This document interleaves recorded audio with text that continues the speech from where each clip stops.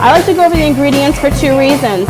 Number one, I want to make sure that everybody is aware of what we're working with. And number two, we're human.